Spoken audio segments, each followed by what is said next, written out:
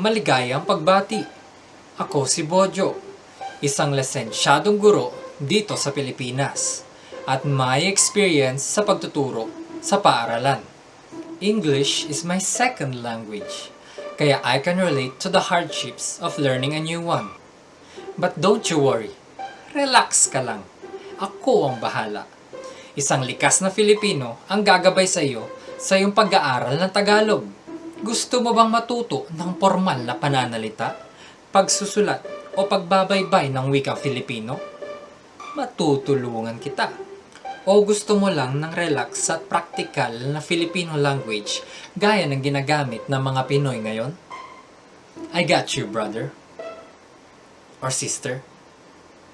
I can teach you step by step, structured or flexible, so long as you're comfortable. Comportable. Do you remember them boys at the back that every class has? I am one of them. And that is why I have a different teaching approach based on my character.